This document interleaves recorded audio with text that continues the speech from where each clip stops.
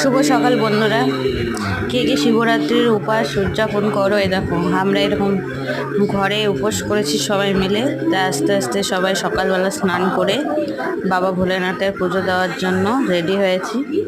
প্রথমে যে আমার বর শুরু করেছে, কারণ বর কোম্পানিতে যাবে, তো তাই আগে বললাম তুমি পুজো দিয়ে নাও, কারণ এখানে পুজো দিয়ে আমাদের আবার মন্দিরে যাওয়ার কথা।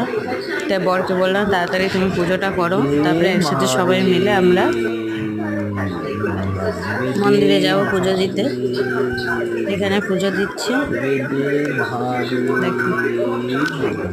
ঘরে আমাদের শিবলিঙ্গ ছিল, তো আগে তো ঘরে পুজো দিতে হয়।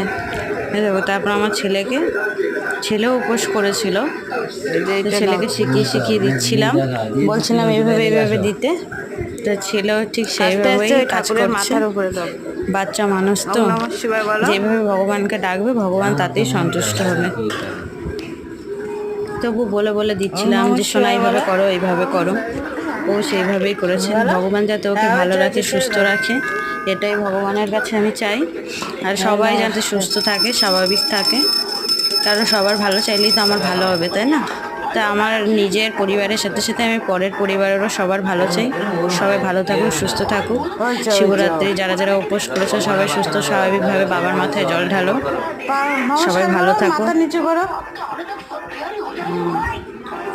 ছেলের আমার পুজো দেওয়া হয়ে গেল।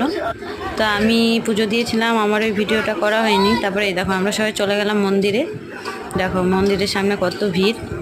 এই দেখো লাইন পড়েছে ফল ফুল কেনার জন্য, বেলপাতা কেনার জন্য। এই দেখো নারকেল, দুধ সব এখান থেকে কিনে মন্দিরে ঢুকতে হয়।